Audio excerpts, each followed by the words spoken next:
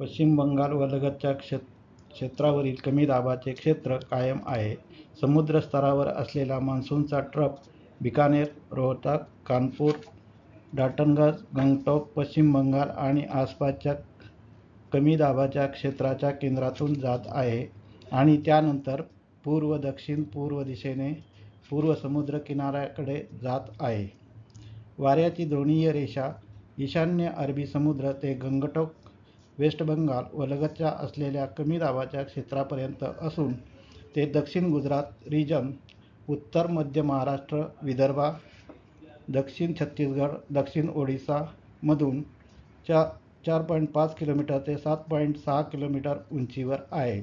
आज दिनांक 8 व उद्या दिनांक 9 जुलै रोजी कोकण, गोवा व विदर्भात बहुतांश ठिकाणी तर मध्य महाराष्ट्र व मराठवाड्यात बऱ्याच ठिकाणी पाऊस पडण्याची शक्यता आहे.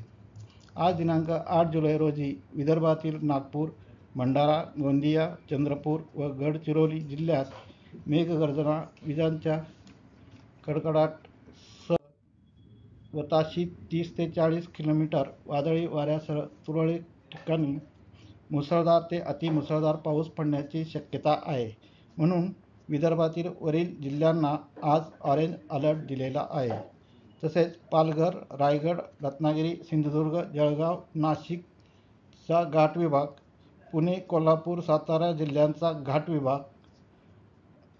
विभागात तुरळक ठिकाणी मुसळधार पाऊस पडण्याची शक्यता आहे.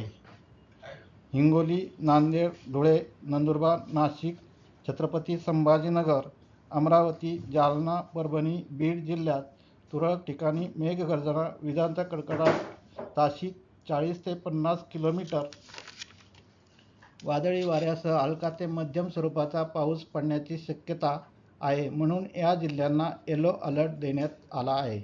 उद्या दिनांक 9 जुलै रोजी रायगड, चंद्रपूर, पुणे व नाशिक जिल्ह्यांचा घाट विभागात तुरळक ठिकाणी मुसळधार ते अतिमुसळधार पाऊस पडण्याची शक्यता आहे. म्हणून या जिल्ह्यांना ऑरेंज अलर्ट देण्यात आलेला आहे. रायगड वगळता कोकणातील सर्व जिल्ह्यांना, कोल्हापूर, साताऱ्याचा घाट विभाग या तुरळक ठिकाणी मुसळधार तर भंडारा, गडचिरोली, गोंदिया, नागपूर जिल्ह्यात तुरळक ठिकाणी मेघगर्जना व विजांच्या कडकडाटासह मुसळधार पाऊस पडण्याची शक्यता आहे. धुळे, नंदुरबार, जळगाव, छत्रपती संभाजीनगर, जालना, परभणी, हिंगोली, नांदेड जिल्ह्यात तुरळक ठिकाणी मेघगर्जना, विजांच्या कडकडाटासह ताशी 30 ते 40 किलोमीटर, वादळी वाऱ्यासह हलका ते मध्यम स्वरूपाचा पाऊस पडण्याची शक्यता आहे.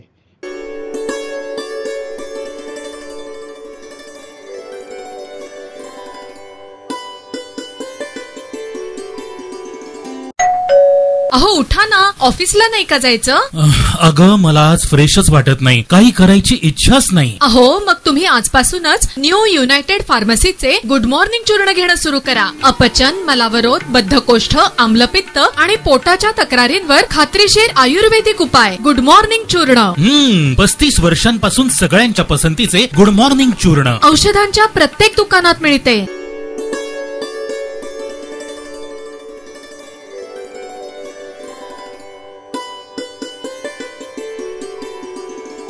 अमित वाडेकर, बनराई संस्थेच्या वतीनं आम्ही याच्यामध्ये ग्रीन पुणे मॅरेथॉनमध्ये सहभागी झालेलो आहोत. तर ही जी मॅरेथॉन आहे अतिशय आगळीवेगळी आहे. याच्यामध्ये आमचं जे भूमिका आहे बनराई संस्था म्हणून, तर बनराई संस्थेचा 10 जुलै रोजी फाउंडेशन डे आहे, 39th फाउंडेशन डे.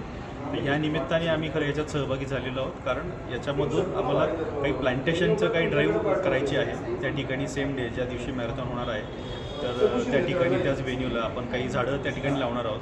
त्याचबरोबर जे काही पार्टिसिपंट्स याच्यात सहभागी होणार आहेत या मॅरेथॉनमध्ये धावण्यासाठी, तर त्यांचासुद्धा जो डेटाबेस यातून जो काही निर्माण होणार आहे आपल्याकडे, तर त्यांनासुद्धा सोबत घेऊन कशाप्रकारे वर्षभर आपल्याला पुण्यामध्ये पर्यावरण संवर्धनाचे उपक्रम राबवता येतील असा आमचा एकूण याच्यामध्ये भर असणार आहे. अशा दृष्टिकोनातून बनराई संस्था या सर्व उपक्रमामध्ये सहभागी झालेली आहे. फॅक्टरी फाउंडेशन ही एक जी सस्टेनेबिलिटी आणि एन्व्हायरमेंटवर फाउंडेशन कार्यरत आहे, त्याचा मी फाउंडर आहे. आणि या फाउंडेशनच्या माध्यमातून आम्ही या मॅरेथॉनचे सस्टेनेबिलिटी पार्टनर आहोत। तर या ॲक्टिव्हिटी आणि असोसिएशनच्या माध्यमातून आपण विविध पर्यावरणपूरक ॲक्टिव्हिटीज या मॅरेथॉनमध्ये येणाऱ्या पार्टिसिपेंटसाठी आपण क्रिएट केलेल्या आहेत। आपण त्यामध्ये जवळजवळ 10,000 नेटिव्ह इंडियन ट्रीज म्हणजे स्थानिक जी झाडांची व्हरायटी आहे त्याच्या रोपांचं डोनेशन आपण इथे केलेलं आहे। आणि त्यात आलेले जे रनर्स आहेत सहभाग करणारे त्यातली काही रोपं ते घेऊन जाऊ शकतात, त्यांच्या एरियातसुद्धा ते प्लांटेशन करू शकतात। मागच्या वर्षी आपण 5,000 झाडं दिलेली आणि चांगला उत्स्फूर्त प्रतिसाद त्याला आल्यामुळे यावर्षी आपण 10,000 झाडांचं नेटिव्ह ट्रीचं डोनेशन ड्राईव्ह करतो आहे। त्याचबरोबर आपण सीड बॉल बनवलेले आहेत आणि सीड बॉल ही एक अशी गोष्ट असते जे तुम्ही कधी ट्रॅव्हल करत आहात किंवा एम्प्टी ठिकाणी पावसाळ्यात जर तुम्ही टाकले तर त्यातूनसुद्धा झाडं तयार होतात आणि त्याला कव्हर असतं, त्यामुळे कुठलंही दुसरं एखादं जनावर ते सीड्स खाऊन किंवा पक्षी सीड खाऊन त्याला खराब नाही करू शकत। तर ही एक टेक्निक वापरून सीड बॉल आपण दिलेले आहेत। त्या व्यतिरिक्त आपण आपला शाश्वत भारत सेतू जो नेट झिरो इंडियाला कसं डेव्हलप करेल ह्याचा पूर्ण डिस्प्ले आपण तिथे लावलेला आहे आणि या व्यतिरिक्तसुद्धा विविध इको फ्रेंडली गोष्टी कशा वापरता येतील, प्लॅस्टिकचा कमीत कमी वापर कसा केला जाईल, जो काही प्लॅस्टिकचा वापर केला जाईल सपोज तर ते प्लॅस्टिक रिसायकलरपर्यंत पोचवण्याचं कार्य आम्ही करणार आहोत आणि बायोडिग्रेडेबल वेस्ट जे आहे त्याचं पूर्णपणे कंपोस्टिंग करून खत बनवून त्याचं जमिनीमध्ये वापर करणार आहोत नैसर्गिक शेतीसाठी। असा आमचा असोसिएशन आहे। हा एक खरंच अभिनव उपक्रम आहे आणि जो गोल्ड लीफ एंटरटेनमेंटनी घेतलेला आहे आणि त्यासाठी आणि असे अनेक त्यांच्या इनिशिएटिव्हला आम्ही जितकं जास्त होईल तितकं पर्यावरणपूरक प्रत्येक इव्हेंटला कसं करता येईल ह्याचा प्रचार आणि प्रसार आम्ही करण्याचा या माध्यमातून प्रयत्न करतो।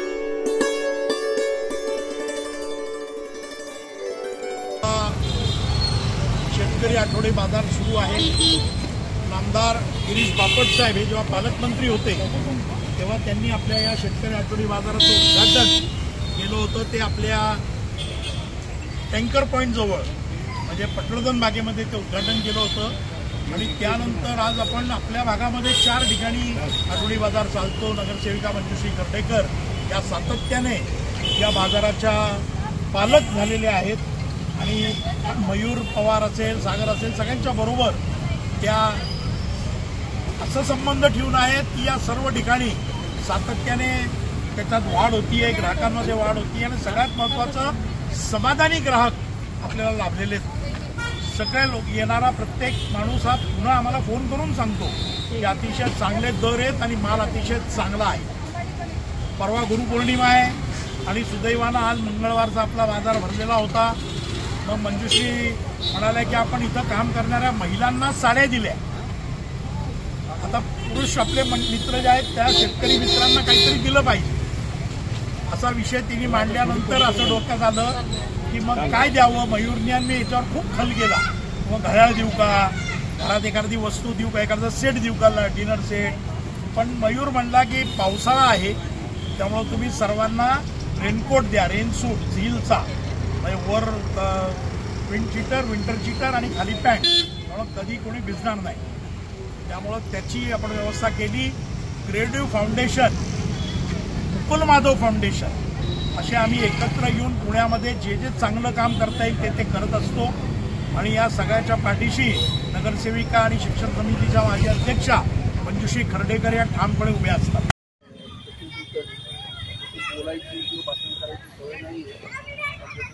सांगितलं की त्यांनी सांगायचं आणि आम्ही ऐकायचं की आम्हाला अनेकदा वाट असे असतात की समाजामध्ये कधी कुठे काय कोणाला काही गरज आहे त्याप्रमाणे आम्ही त्याच्यावर विचार करून शक्यत्या आमच्या परीने त्याला मदत करण्याचा प्रयत्न चालू राहील। उपक्रम खरंच खूपच स्तुत्य आहे। मी माझ्या आयुष्यात पहिल्यांदा वारी मंडळीत मला सत्कार करायची संधी या दोघांची मिळाली, त्याबद्दल धन्यवाद। आणि शुभेच्छा देतो संदीपला आणि ताईंना पण धन्यवाद प्रकट करतो की मला इथे संधी दिली। कुटुंबासारखं झालं इतकं वर्ष दर मंगळवारी मी पण इथे येत असते आणि सगळ्या आता चांगल्या ओळखीच्या सगळ्या मला अनेक आपले नागरिक पण या ठिकाणी भेटतात आणि सगळे बाजारात सगळे एकूण खुश आहेत त्यामुळे असं काहीतरी पुन्हा फुलाची पाकळी म्हणून आपण माधव फाउंडेशनच्या माध्यमातून क्रिएटिव्ह फाउंडेशनच्या माध्यमातून